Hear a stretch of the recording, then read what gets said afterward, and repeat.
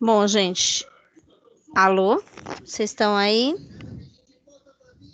Sim, Vamos lá, gente, então vamos continuar. Agora, como que se deu esse sistema de inquisição que nós vamos ter na Espanha, Portugal e a influência que trouxe aqui para o Brasil também?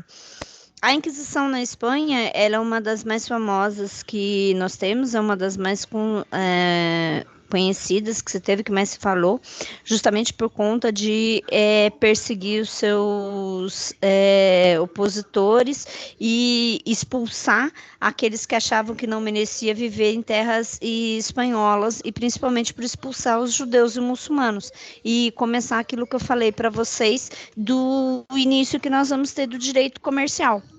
O direito comercial, a primeira fase do direito comercial, ela se inicia justamente por conta dos judeus e muçulmanos eles serem expulsos de todas as terras dentro pela Espanha. Então, eles não tinham um direito que o protegesse, um direito que o regulamentasse, e eles começam, aos poucos, a criar normas e a regulamentar como que se daria aquele processo inicialmente de escambo, depois eu tenho uma evolução do processo de escambo para o desenvolvimento que a gente vai ter do serviço de mascate que eles produziam, que era justamente a comercialização dos produtos, grande parte deles oriundos da Índia. Em Portugal, existe uma preocupação muito grande do Estado em combater as ideias que eram consideradas perigosas, que eram justamente as ideias que eram contrárias ao que era fixado e determinado pela Igreja Católica. A Inquisição chega exatamente em Portugal em 1533, em 36. Então as coisas acabam piorando muito e o povo ele começa a denunciar as heresias que eles tinham conhecimento. Então, para eles era considerado herege todo aquele que se opunha a qualquer posição determinada, a qualquer dogma determinado pela igreja. A presença da Inquisição no Brasil, ela vem justamente em decorrência dos nossos colonizadores, né, da Inquisição que acontecia em Portugal. Aqui no Brasil, ela acontece entre os séculos XVI e o século XVII. Na segunda metade do século XVI, a Igreja Católica ela deu início ao que a gente chamou, que se chamou de Contra-Reforma, que era justamente um reforço dos preceitos que a Igreja Católica tinha na Espanha e em Portugal. Aqui, esse tribunal se chamou Tribunal do Santo Ofício e foi um dos principais instrumentos que tiveram do controle de condenação e da conduta dos católicos. Aqui no Brasil, justamente por nós sermos uma colônia de Portugal, nós tivemos a realização dessa Inquisição Portuguesa, sendo que a primeira visitação que nós tivemos do Tribunal do Santo Ofício foi no ano de 1591. Então, as principais cidades visitadas foram Pernambuco e Bahia, que, como a gente sabe, o conhecimento se deu, Brasil foi conhecido primeiramente onde hoje nós temos, lá no estado da Bahia. Então, as suspeitas de heresia, elas eram investigadas pela Inquisição e estavam associadas, na maioria, nas figuras dos cristãos novos. Então, eles eram judeus que foram convertidos ao cristianismo e que vieram, principalmente da Holanda e da França, atraídos pela economia açucareira que existia já aqui no Brasil. Então, aqui não foi tão grave quanto aconteceu na Europa também, até porque a gente pega já a fase da Baixa Idade Média. O Brasil foi descoberto no finalzinho já da Idade Média. Aí nós vamos ter o início do desenho que nós temos do direito comercial. Então, o direito comercial, primeiro a primeira início, tanto para o direito comercial quanto para o direito do trabalho, a primeira figura que nós temos, importante, são as corporações de ofício. E o que elas eram, essas corporações?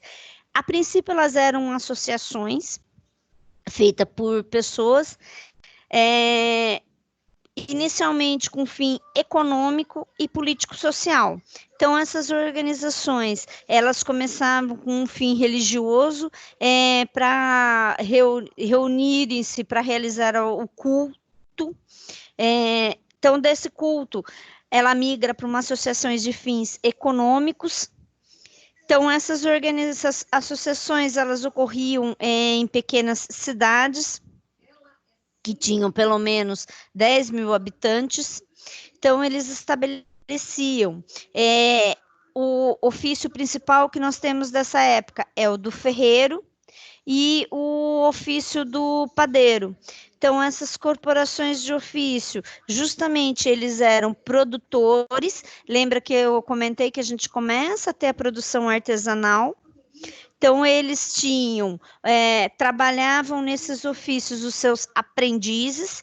Então, ele ensinava o dono da oficina, o mestre da oficina, ele ensinava seus aprendizes. Quando esses aprendizes já tinham grande conhecimento, já entendiam como tudo funcionava, isso levava até 12 anos, eles eram nomeados como oficiais. Quando eram nomeados como oficiais, eles passavam, ou eles assumiam as oficinas e herdavam as oficinas dos mestres, ou eles tinham condição de montar sua própria oficina.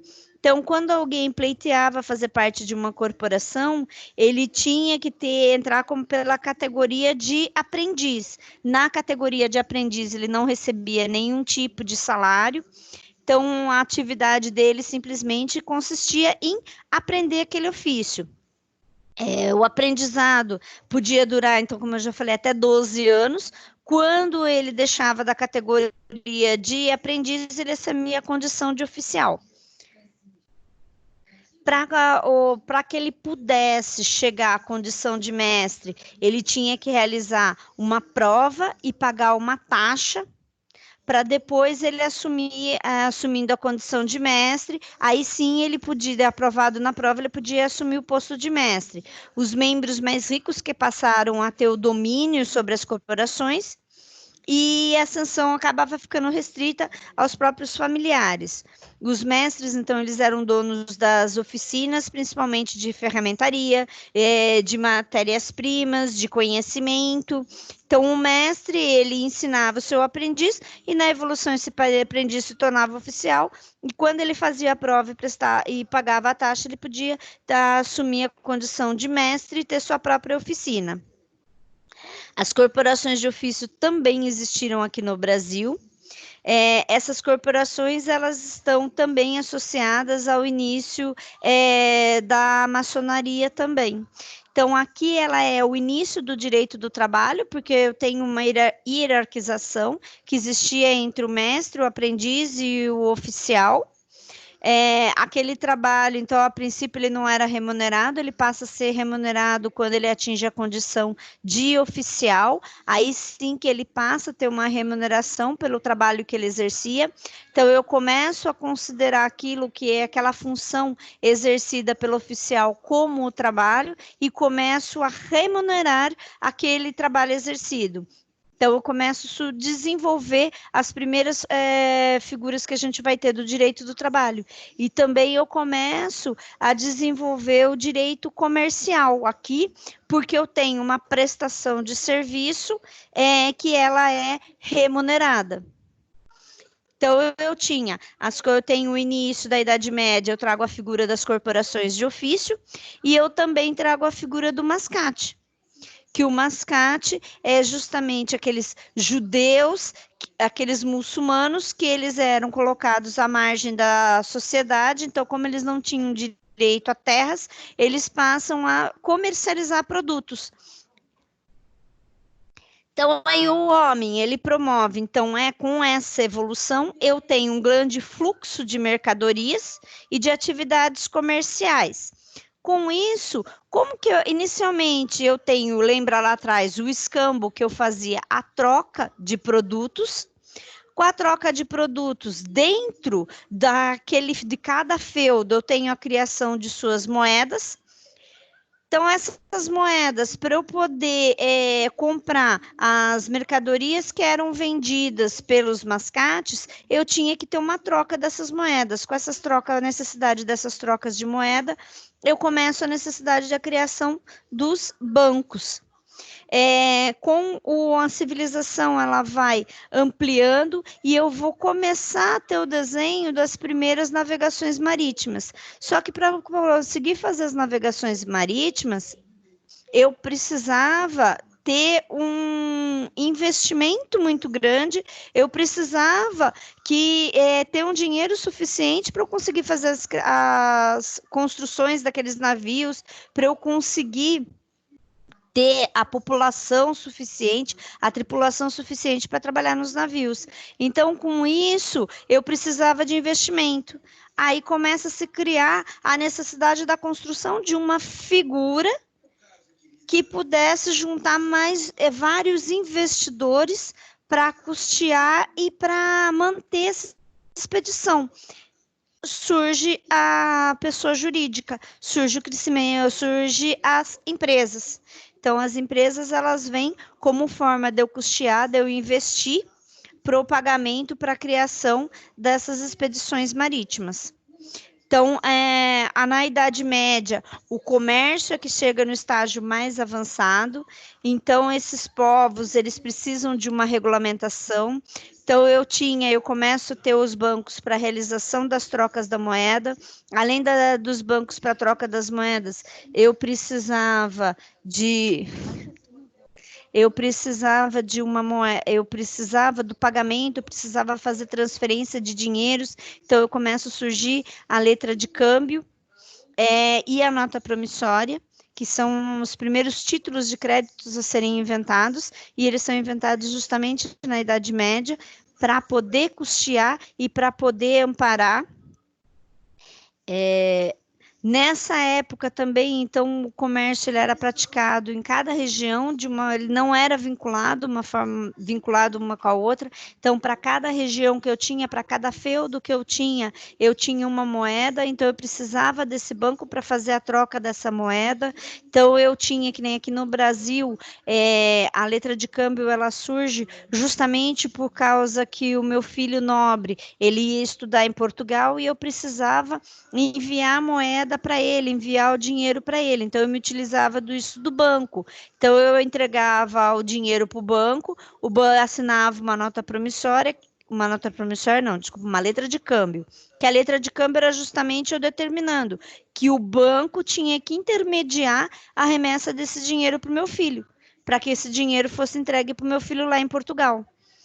Então, aqui eu preciso ter essa regulamentação. Então, a necessidade dessa regulamentação dessas transações comerciais, essa regulamentação que resulta no início do direito comercial. O primeiro código, a primeira edição que eu vou ter do Código Comercial, ela data de 1808, então é bem aquela transição que eu tenho do fim da Idade Média por início da Idade Moderna. Então, o Código Civil, o primeiro Código Civil que nós temos notícia é o Código Civil francês, o Código Civil de Napoleão, de 1804. Então, na sua síntese, ele traz um corpo de leis que trazia o interesse daquela burguesia, centrado principalmente no direito de propriedade, porque lembra que eu estou trazendo a influência também do direito feudal. O direito feudal, a base dele, que firmava a riqueza daqueles nobres, eram a quantidade de propriedades de terras que eles tinham. Então, eu tinha que criar um critério que delimitasse qual era o âmbito de incidência desse direito comercial. Então, para regulamentar isso, eu tenho a criação do direito comercial em 1808. Aqui no Brasil, o direito comercial, ele vigorou de 1840 até 2012 de maneira separada, como acontecia com a Europa. Nós vamos ter a migração a civilização do direito comercial e a entrada do direito empresarial aqui no Brasil com o Código de 2002. Só com ele que nós vamos ter a unificação. O Código de 2002, ele revogou parcialmente o Código Comercial. O Código Comercial de 1840, a parte marítima dele, continua em vigor até hoje. Então, gente, aqui a gente vai ter o quê? O início que eu tenho do direito comercial. Então, o direito comercial, ele se inicia com as corporações de ofício e com os mascates. O trabalho dos mascates era realizado pelos muçulmanos e pelos judeus, que eles acabam... Também tem a figura deles aqui no Brasil, eu também vou ter a figura dos mascates, que foram um dos primeiros comerciantes que se tinham. Então, a figura do comércio, ela iniciou primeiro com o trabalho do mascate, que ele vendia de porta em porta, que ele montava, ele tinha sua própria banquinha, onde ele vendia. Depois nós temos uma evolução disso para a realização das feiras, que eram como se fosse barracas fixas e cobertas, que era para a realização da comercialização. A terceira fase que nós vamos ter desse avanço do trabalho deles é a realização em lojas fixas. Quando eu tenho a estrutura das lojas fixas, aí eu começo a ter uma comercialização com a ideia de atender mais uma região. Pois quando a gente estudar direito comercial, vocês vão ver a segunda fase que nós temos do direito comercial. É quando nós temos a criação da máquina, né? Nós vamos ter a criação da máquina, a criação da máquina a fumaça, aí nós vamos ter o início da industrialização, e a terceira fase que nós temos do direito, aí sim chamado de direito empresarial, é quando nós vamos ter a criação de fusões, a evolução do direito, e a última fase que nós estamos agora é a fase do direito envolvendo a mídia, envolvendo a internet. Então, é esse direito eletrônico que nós temos em combinação com o direito comercial. Beleza, gente? Dúvidas? Sem dúvidas, mas a matéria, assim, bem detalhada, né? Até assusta para saber o conteúdo da prova. Não, fiquem tranquilos. Não vai ser... Eu tentei detalhar o máximo possível para vocês entenderem essa transição que a gente tem dentro dos direitos e qual que é a importância que tem. Então, assim, eu aprofundei muito mais do que está no conteúdo do KLS, porque o KLS nem entra nessa parte do direito comercial. É que eu acho que ele já dá uma base, já começa a dar para... Porque eu entendo que essa disciplina de fundamentos históricos, ela é a base para vocês entenderem de onde surgiram as outras disciplinas. Porque eu tenho que nem até agora a gente estava falando só de direito civil, de direito penal, beleza, eu tenho a base do direito civil e do direito penal. Tá, mas direito do trabalho, muita gente pensa o seguinte, ele vai surgir lá na Revolução Francesa. A hora que a gente vai falar, não, o direito do trabalho surge aqui, ele surge com as corporações de ofício. Então, a hora que eu começo a surgir as corporações de ofício, eu começo a ter um trabalho que ele passa a ser remunerado. Trabalho remunerado, a remuneração da prestação de serviço é definição de trabalho. Então, a gente começa a surgir o direito do trabalho, começa aqui. Eu não sei se a professora Juliana chegou a falar dessa parte histórica do direito do trabalho para vocês, se ela chegou a falar das corporações de ofícios. Então, por isso que eu acho necessário entrar nessa abrangência, porque a Idade Média ela é extremamente importante, porque ela vai ser o berço para a gente, tanto do surgimento do direito comercial, quanto do surgimento do direito do trabalho. Professora. Sim. Na verdade, a gente não tem aula com a Juliana ainda, né? Isso, é o que eu ia comentar. Verdade, esqueci. Vocês vão ter direito do trabalho, acho que semestre que vem. Mas daí vocês já vão ver, porque na realidade vocês vão vendo que uma coisa vai ligando a outra. Então, o que eu estou falando no conteúdo que eu estou passando para vocês de fundamento histórico, eles vão servir de base para estruturar o que vocês ainda vão estudar. Da onde que veio, então, da onde que surgiu. Então, tudo o direito, ele surge da evolução da nossa sociedade. Então, conforme a sociedade ela vai evoluindo, é que eu vou tendo essa modificação.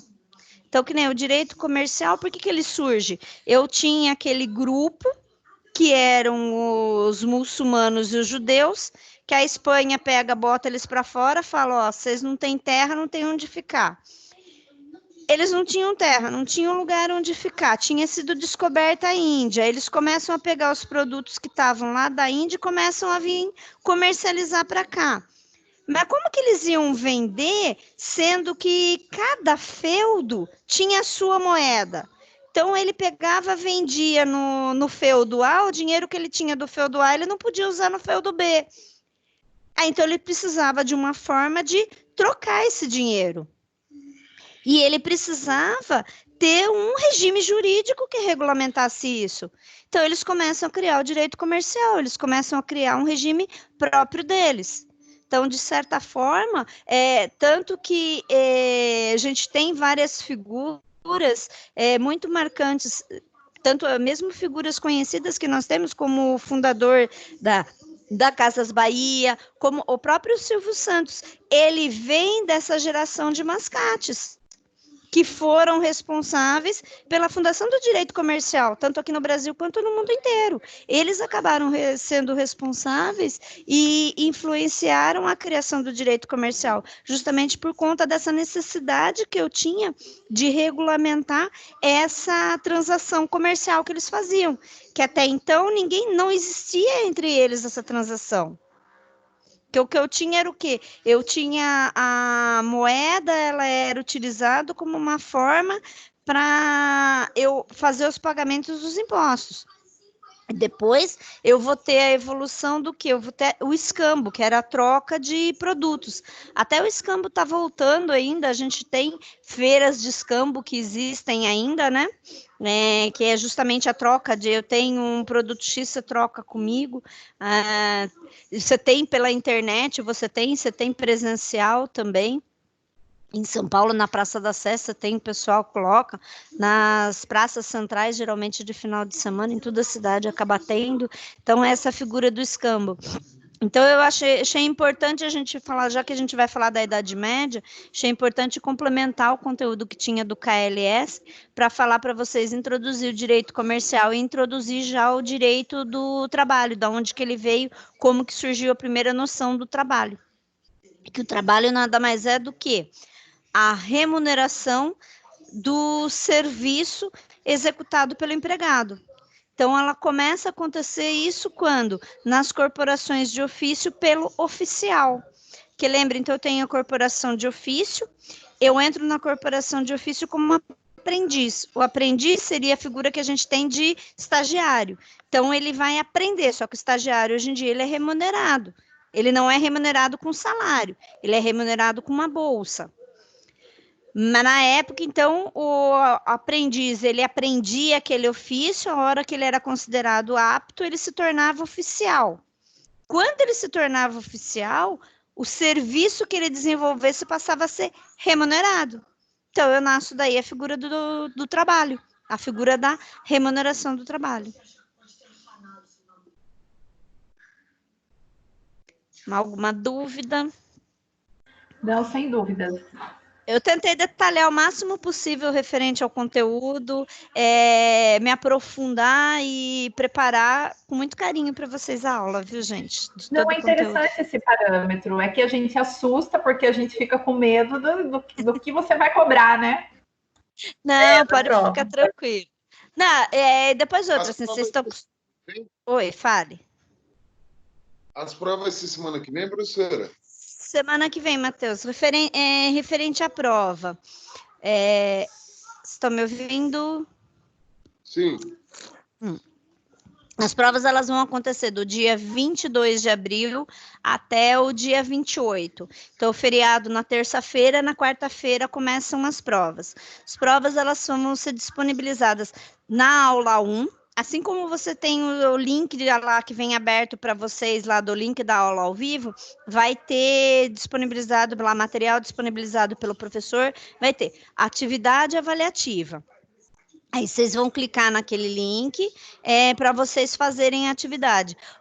O link vai ficar disponível das 8 horas da manhã até 1 hora da tarde, para vocês poderem desenvolver e realizar a atividade. A única coisa, assim, só reforçando, a atividade, ela vai entrar como a oficial 1, então ela vale até 1.000 pontos, porém, nessa atividade que ela vai ser disponibilizada para vocês executarem, ela vai ser avaliada de 0 a 10. Depois o professor vai fazer essa conversão de 0 a 1.000, tá, gente? Durante a realização da atividade, o professor vai ficar totalmente à disposição de vocês aqui no Teams, para qualquer dúvida. Eu já, no início, eu combinei, até reforçando, eu vou das 8 até mais ou menos umas 8h40, 9 horas. A minha proposta é fazer uma revisão de todo o conteúdo da unidade 1 e 2, justamente para auxiliá-los na realização da atividade avaliativa. Aí, daí, depois das 9, vocês estão liberados para a realização da atividade. Beleza? A sua prova você pretende fazer com questões de múltipla escolha? Então, eu vou fazer de múltipla escolha, sim, porque fica mais fácil, tanto para fazer o lançamento da nota, quanto fica mais fácil também para vocês. Porque o que acontece? As questões de múltipla escolha, o sistema, ele permite que a gente disponibilize, se respondeu, você já vai ter o gabarito, e também você já vai ter qual que é a resposta e qual a pontuação que você fez. Assim fica mais claro para vocês e mais tranquilo. Eu vou também pegar algumas questões que tem do ambiente virtual do AVA, tá, gente? De vocês para formar a prova. Tá bom, Pro. A questão das questões, se a gente tiver, de repente, aí um material para estudar, por exemplo, o AVA é um material que a gente já estudou, o KLS é um material que a gente já estudou. Eu baixei todas os slides de aula, né, que a professora passou. Então, se a gente tiver um material de apoio para estudar para essas questões, aí seria ótimo. Esses slides que a professora usou hoje para aula ainda não estão disponíveis, né? Então sim. Está lá na aula 1.4. Então, sim, Sandra. Eu vou dar uma olhada lá, então. Achei que já tivesse na... Eu vou, do material de resumo, eu vou montar um resumão para vocês. Do material de resumo, eu vou disponibilizar como link da atividade avaliativa. Vai ficar na aula 1.4, eu vou disponibilizar esse material de resumo também lá na aula 1.4, para vocês não ficarem de vai e vem. Então, eu vou disponibilizar tanto o material da revisão que eu vou fazer, quanto o link da atividade avaliativa. Eu deixo os dois lá na aula 1.4, na aula 1, não 1.4, desculpa, na aula 1. Tá bom. Tá bom? Beleza. Daí vocês vão encontrar o material lá, vocês vão encontrar o conteúdo lá, para vocês poderem acessar. Fechado, professora. Beleza, gente? A aula de hoje, a primeira parte já veio para mim o link, eu daqui a pouco já disponibilizo para vocês, que eu baixo ela e compartilho no YouTube para ela não ficar tão pesada para vocês abrirem. Ela vai estar daí na aula 1.4, vai estar a gravação da aula de hoje. Tá ok. Tá professora, trabalho seu não tem nenhum para entregar, né? Não, vocês já fizeram. A formativa 1 de vocês está fechada já. Vocês já fizeram e já me entregaram. Ok. Beleza? Já tá até ela anota lá no portal de vocês, como a formativa 1. Tá ok, então, professora. Obrigado. Beleza, gente? Mais alguma dúvida? Estou à disposição de vocês.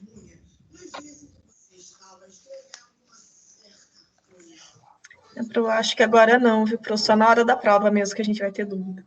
Não, se vocês Exatamente. tiverem qualquer dúvida, alguma coisa, a hora que vocês estiverem estudando também, gente, pode me mandar tanto via Zap, e-mail, a forma que for mais fácil para vocês encaminharem. Eu estou à disposição de vocês. Mesmo durante a prova, vamos dizer, tem uma questão aqui, eu não estou entendendo direito o que é o enunciado, tudo mais.